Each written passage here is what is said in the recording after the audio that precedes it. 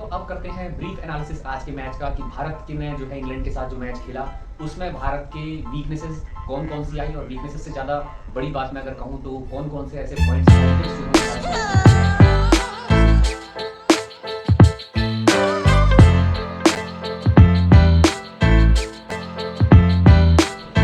तो FIH hockey world cup में भारत ने अपना पहला मैच इंग्लैंड के साथ ड्रॉ कर लिया है और वहां से भारत का जो पहला अंक है वो भारत ने यहां अर्जित किया। सबसे पहले अगर मैच समरी की बात की जाए तो क्वार्टर की पहली ही शुरुआत अगर आपने मैच देखा होगा तो सविता पूनिया के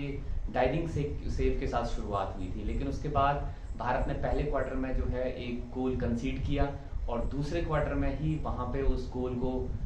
एक एक की बराबरी में भी कन्वर्ट कर दिया था। तो यहाँ पे जो पहला गोल इंग्लैंड की तरफ से अगर आपने देखा होगा तो बैटर ने पहला स्कोर किया था फील्ड गोल एक डिफ्लेक्शन के थ्रू, और वहीं दूसरे क्वार्टर में भारत की वेटरन जो स्ट्राइकर हैं वंदना कटारिया उन्होंने वहां पे एक बेहतरीन फिनिश किया था पेनल्टी कॉर्नर के एक तरह से रिबाउंडिंग स्कोर करते। तो इसके बाद चांसेस दोनों ही टीमों को लगातार मिलते रहे, लेकिन कहीं ना कहीं दोनों ही टीमें स्कोर करने में नाकाम रही और एट द एंड जो स्कोर रहा वो एक एक की बराबरी पर यहाँ पे मैच रहा और आखिरी में दोनों टीमों को एक एक पॉइंट्स जो हैं वो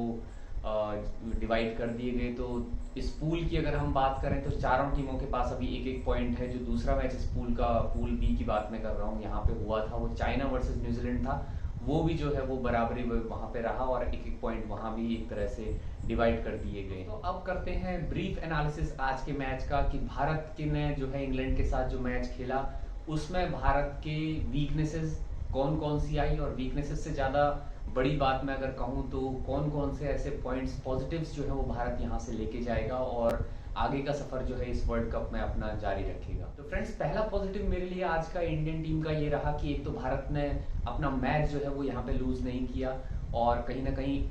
कोई पॉइंट यहाँ से लेके गए हैं और साथ ही साथ भारत ने आज फील्ड प्ले में जो प्लान्स हैं वो बेटर एग्जीक्यूट किए थे। तो ये दोनों पॉजिटिव अगर मैं एक पॉजिटिव की तरह देखूं तो यहाँ पे भारत का जो जैसा मैंने पहले भी कहा था कि इस तरह के बड़े टूर्नामेंट से आपको शुरुआत जो है वो बहुत बेहतर करनी होती है क्योंकि शुरुआत बड़ा मायने रखती है, उसी से आपका जो है आगे का सफर जो है वो तय होता है। और पूल बी में भारत ने यहाँ पे मैच नहीं गवाया, ये एक सबसे अपने आप में पहला पॉजिटिव मेरे लिए। पॉजिटिव की अगर बात करें तो यहाँ पे मुझे लगता है कि एफआईएस रैंकिंग में भारत से एकमात्र इस पूल में इंग्लैंड ही ऐसी टीम थी जो भारत से ऊपर रैंकिंग की थी, यानी कि एफआईएच 4 रैंकिंग में इंग्लैंड थी और वहां पे भारत ने जिस तरह से मैच को बराबरी पे रखा तो ये एक बड़ा पॉजिटिव भारत के लिए यहाँ से है। और आने वाले समय में ये पॉजिटिव मुझे ऐसा लगता है कि पॉजिटिव माइंडसेट जो है वो कन्वर्ट होगा आगे के जो मैचेस हैं न्यूजीलैंड और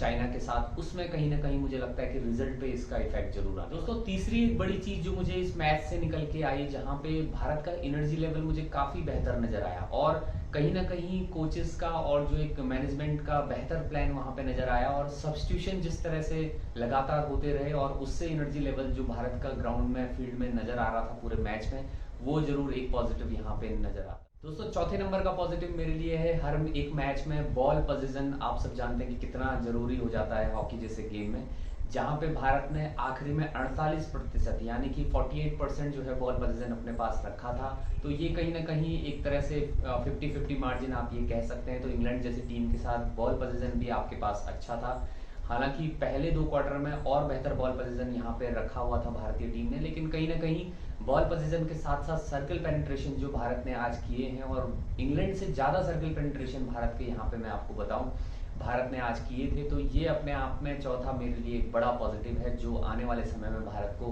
बेहतर आउटकम यहाँ से जरूर देके जाएगा।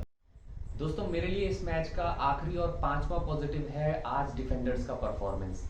क्योंकि डिफेंडर्स ने जिस तरह से आज, क्योंकि हम जानते हैं कि इंग्लैंड का जो अटैक है और अटैकिंग हॉकी खेलने के लिए जानी जाती है इंग्लैंड की टीम, वहां पे भारत के डिफेंडर्स ने जिस तरह से डिफेंड किया और एक भी पीसी जो है वो इंग्लैंड जैसी बड़ी टीम को नहीं दिया, ये अपने आप में बहुत बड़ा एक प्लस पॉइंट और पॉजिटिव है। मुझे लगता है काबिल तारीफ ये डिफेंडर्स यहाँ पे आज परफॉर्म कर गए जिस वजह से कोई भी पीसी हमने इंग्लैंड को नहीं दिया। तो ये एक मेरे लिए सबसे बड़ा पॉजिटिव के रूप में यहाँ पे बनता है। अब दोस्तों चलते हैं नेगेटिव्स की तरफ, जहां पे हम बात कर रहे हैं कि कौन सी वीकनेसेस है आज इंडिया की जो है वो नजर आई और हम ये चाहेंगे कि आगे आने वाले समय में आगे आने वाले मैचेस में इंडिया उसको दूर करें। तो सबसे पहले अगर बात करें पहले नेगेटिव की, पहले वीकनेस की, तो वहां पे मुझे ऐसा लगा कि पीसी हमें जो पेनल्टी कॉर्नर जो है वो 7 पूरे मैच में हमें मिले, और 7 में से हमारा जो कन्वर्ट हमने किया सिर्फ एक स्कोर हमने पीसी कन्वर्ट किया है। तो कहीं ना कहीं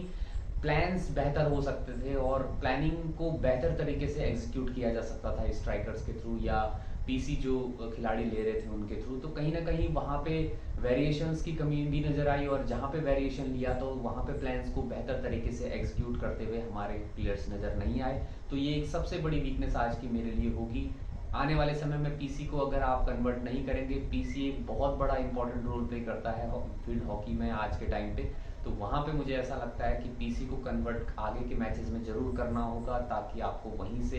बेहतर जो है वो आउटपुट और रिजल्ट में आपको उस तरह के आउटकम नजर आएंगे। दोस्तों, दूसरा इशू मेरे लिए आज के मैच में रहा कुछ प्लेयर्स का, कुछ स्ट्राइकर्स का, और मिडफील्ड में कई बार इवन हमने उनके 23 मीटर के एरिया में भी हमने कई बार इंडिविजुअल एफर्ट्स जो है वहां पे किए हैं। तो इंडिविजुअल एफर्ट्स का एक बड़ा इशू यहाँ पे रहा है। हालांकि पहले दो क्वार्टर में सारे स्ट्राइकर्स और बड़ा तालमेल और कोऑर्डिनेशन बहुत बेहतर नजर आया था पूरी टीम का, लेकिन उसके बाद बहुत सारे ऐसे प्लेयर्स थे, अगर मैं शर्मिला देवी की बात करूं, नवजोत की बात करूं, नवनीत की बात करूं, मोनिका की बात करूं, ये सारे स्ट्राइकर्स और मिडफील्ड में कई बार हमको इंडिविजुअल एफर्ट करते हुए नजर आए। और हम सब जानते हैं कि ये गेम जो है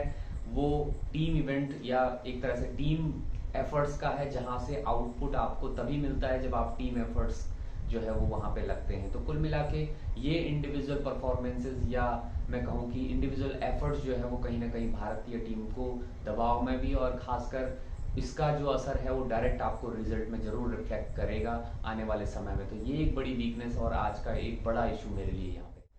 दोस्तों, तीसरा इशू मेरे लिए आज के मैच में रहा, एक तो हम जानते हैं कि इंडिया ने फील्ड प्ले बेटर किया, लेकिन कहीं ना कहीं फील्ड प्ले में बेटर परफॉर्मेंस देने के बाद भी जो कन्वर्जन रेट था वहां पे एक तरह से आज जीरो रहा। एक भी स्कोर हमने फील्ड प्ले में नहीं किया है, फील्ड गोल नहीं स्कोर हमने किया। तो कहीं ना कहीं भारतीय टीम का, क्योंकि शर्मिला को जिस तरह का एक 57 मिनट में जो मौका मिला था, वो मौका हमें 3 अंक दिलाने का सबसे बड़ा एक चांस था। तो वहां पे हमने, शर्मिला ने जो मिस किया था गोल के सामने, बिल्कुल आपको जब स्कोर करने को मौका मिलता है तो कहीं ना कहीं वहां पे आपका टेम्परामेंट और वहां पे हम गलतियां ना करें, ये मुझे ऐसा लगता है कि एक हमारी एक हमेशा से गलती रहती है। तो ये मिस्टेक हमें आगे 5 जुलाई को होने वाले चाइना के साथ मैच में नहीं दोहरानी है। तो यही एक मुझे ऐसा लगता है कि ये भी एक बड़ा इशू है कि फील्ड गोल को भी हमें कन्वर्ट करना सीखना होगा। दोस्तों, आखिरी वीकनेस कहें या हम कह सकते हैं कि this is the part of the game, हम कहते हैं कि डिसिप्लिन बड़ा इंपॉर्टेंट होता है। और वहां पे सस्पेंशन हॉकी के